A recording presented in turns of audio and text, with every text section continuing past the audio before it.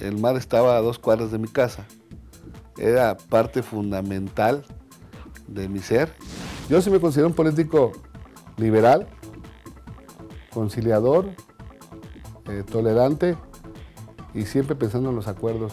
Bueno, por supuesto, porque uno tiene tatuado su estado en la piel. Un político debe tener en primer plano que es un empleado de la ciudadanía y que no debe de perder nunca, en ningún momento, de que eres funcionario público, de que tu familia es lo primero.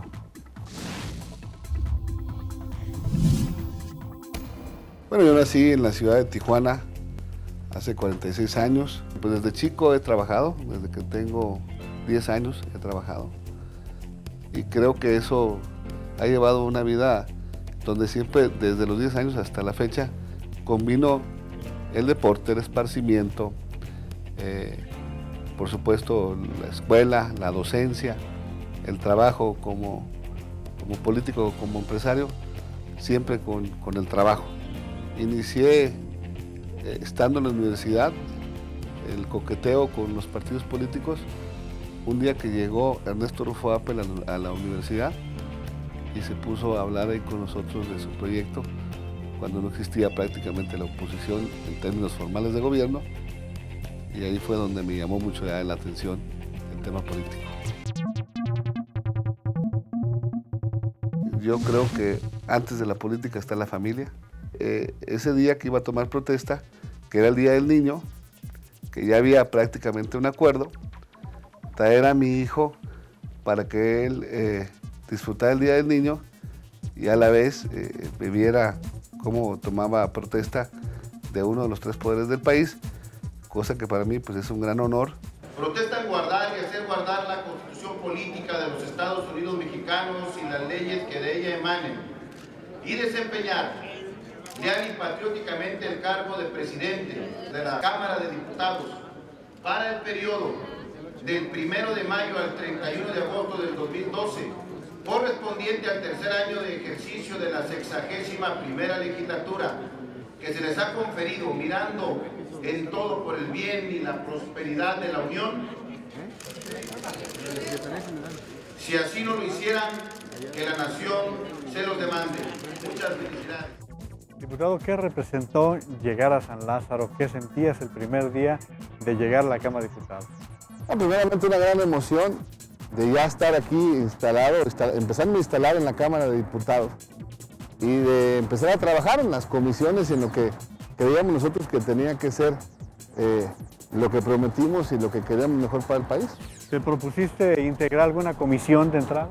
Sí, claro, siempre tuve en mente la Comisión de Justicia, que creo que por mi formación de abogado era la que más se asemejaba a lo que yo creía que donde podíamos dar una gran batalla para transformar las leyes, principalmente contra el crimen organizado. Rápidamente te tomaron en cuenta propios y extraños porque sorprendiste con una iniciativa más bien para la sanción por la difusión de corridos vinculados con el narcotráfico. ¿De dónde nació esta iniciativa? Bueno, eso se venía ya hablando mucho de donde soy originario, de ese daño que hace la apología del delito y ese daño que se le da a los jóvenes por tratarlos de reclutar al crimen organizado, y eso causó una gran expectativa. Presidente, hiciste un paquete de leyes relacionadas con justicia, con seguridad. ¿Cómo lo concebiste? ¿Cómo lo pensaste? En mi entorno fronterizo hay mucha violencia, había mucha violencia, y vimos la forma de cerrar el crimen de tal manera de que cuando la sociedad civil y el gobierno nos trajo la ley antisecuestros, la impulsé fuertemente, pero a la vez, viendo que los testigos protegidos los mataban, y es un instrumento muy vital para el gobierno, generó una nueva ley de testigos protegidos, que hoy es una realidad, y también viendo a los jóvenes en las colonias que estaban ahora cada vez más atrapados por la delincuencia y las drogas, generé también una nueva ley de justicia para adolescentes, que ya se aprobó y que falta nada más un pequeño detalle para que sea una realidad. Todas las leyes que generamos en contra de la delincuencia para que no hubiese ninguna exclusión en el encubrimiento, para que los abogados que falseaban documentación, sacaban a gente del crimen organizado, fueran sancionados más fuertemente. Hoy es una realidad que pueden disfrutar los mexicanos para que sean mejores atendidos. O la famosa ley de geolocalización, para que puedan localizar en el momento de una llamada a los secuestradores o a la gente que pida alguna extorsión. Quiero reconocerte, Óscar, el liderazgo que has construido dentro de nuestra bancada y los trabajos, sin duda, de enorme valor que has podido darle al país. Este dictamen lo dejaron cercenado, acotado, mocho. Es un remedio gradualista de su visión de antaño del país, que no pueden llamar la reforma política. Lo ha catalogado la sociedad civil como la reforma descafeinada. ¿Cómo te quedas con los resultados que al final de la legislatura se alcanzaron con estas iniciativas que promoviste? Pues con una gran satisfacción de haber tratado de cumplir lo más posible como un servidor que le sirve a la ciudadanía y por supuesto como una persona que siempre estuvo y estará a disposición como empleado mientras que siga estando hasta el último día aquí en la Cámara de Diputados. ¿Eso te motivó a apoyar la iniciativa tendiente a que los diputados fueran sancionados si no cumplían con sus obligaciones, que estuvieran presentes en todas las sesiones, en sus comisiones? Sí, por supuesto. Modificar el reglamento era una realidad. Perdíamos tiempo en puntos de acuerdo en cosas particulares que era un absurdo, pero también los diputados a veces no asistían, les pagaban, y también muchos diputados no trabajaban y les pagaban igual. Por lo tanto, lo que hicimos pues fue todo este cúmulo de iniciativas, ponerlas en un nuevo reglamento que hoy es una realidad y que elimina la congeladora. Es decir, que hoy todas las iniciativas se tienen que votar. ¿Qué otras iniciativas fueron de tu interés a lo largo de la legislatura? La reforma de derechos humanos, que es vital, la ley de migración, que también es vital para nuestro país, resolver el problema de los autos fronterizos, que era un gran problema que teníamos, y también generar lo que hoy conocemos como el Centro de Convenciones Metropolitano, con un gran apoyo a través de fondos cuando estuve en el Fondo Metropolitano. Todavía ahora que estuviste en Washington, insististe en el tema del chaparral y de la garita. Insistí en esos dos temas y en el cruce de armas, que las eran mucho. Armas de AK-47 se consideran de colección y por lo tanto se pueden vender. Un tipo de armas más fuertes o granadas, en un Walmart de los que venden armas, la puedes llegar a comprar o te la mandan a tu casa. Tenemos que empezar nosotros a exigir de alguna manera que ese flujo de armas cese de la manera que está pasando en México. El tema de la garita, ¿cómo sientes que se está quedando hasta este momento?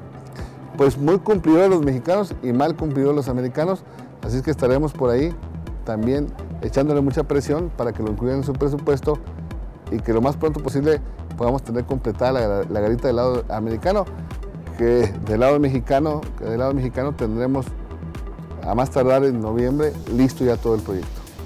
¿Cómo consideras que es el saldo de la 61ª legislatura? Una gran legislatura en todos estos temas que acabo yo de mencionar, otros más, en el tema de las reformas de gran calado como la educativa, que hoy es obligatoria la preparatoria para todos los jóvenes, tener el acceso a la preparatoria, y muchos temas que tenemos ahí nosotros que hemos ido sacando adelante, las pensiones a los adultos jubilados, que podríamos mencionar a lo largo de una entrevista muy larga, pero al final la fortaleza de algunas de las iniciativas que acabo yo de mencionar le dan un sello especial a esta legislatura. La intervención del diputado ha sido muy importante para lograr recursos, lo que finalmente cuando se cuenta con estos recursos se pueden lograr los proyectos. Yo sí me considero un político liberal, conciliador, tolerante y siempre pensando en los acuerdos. Antes de la presidencia yo dejé algunos proyectos que creo que son fundamentales para la vida del país. El Código Federal de Procedimientos Penales, que terminamos un dictamen después de mucho tiempo, no se pudo votar. La Ley de Amparo, que moderniza las instituciones, quedó ya con el trabajo mío como vicecoordinador de los diputados que trabajamos ahí pendiente, pero eso hubiera sido un gran cierre de esta legislatura, el aprobar este tipo de instrumentos. Obviamente el tema de mi partido Acción Nacional y de mi estado lo tienes siempre presente en tus decisiones, pero debes estar pensando un poco más allá de qué es lo que verdaderamente le importa al pueblo mexicano, en la visita al Medio Oriente te cambia la perspectiva en temas importantes que tenemos que ver, como es la reforma energética, el estar viendo cómo los parlamentos lo hicieron, te abre una perspectiva diferente. Así es que un presidente del Congreso tiene que hacer esa parte que representa a los mexicanos. Óscar Arce es un personaje de leyenda, es un personaje extraordinario que ha hecho un esfuerzo titánico para apoyar a Baja California desde el puesto de diputado allá en la Ciudad de México.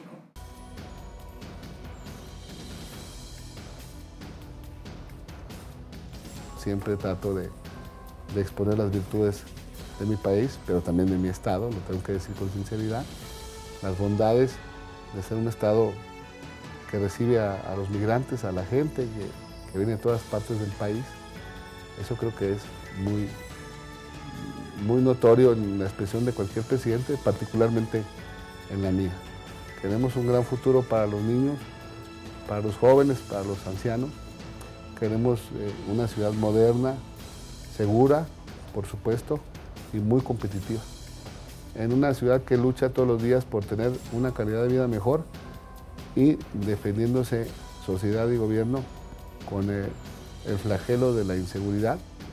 Y el día de hoy puedo decir que mucha gente ha vuelto a vivir en estas ciudades con una perspectiva de mejor calidad de vida y en esa vida de los niños que viven en ciudades mucho más relajadas y que pueden salir a disfrutar su ciudad todos los días.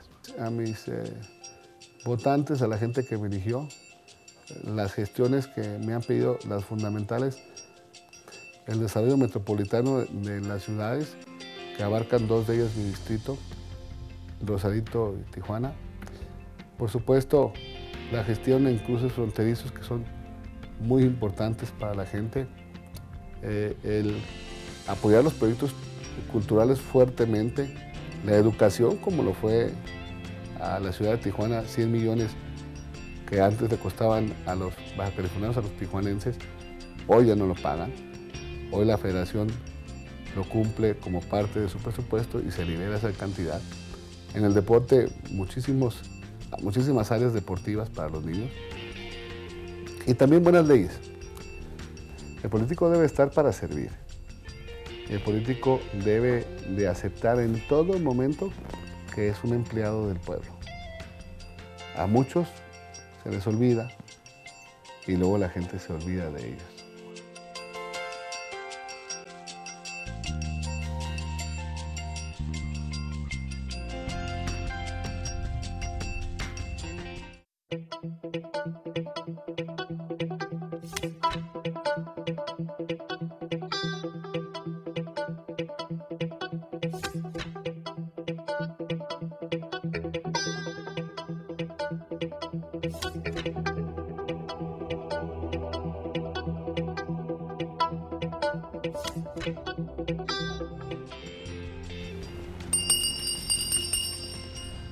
Se cierra la sesión.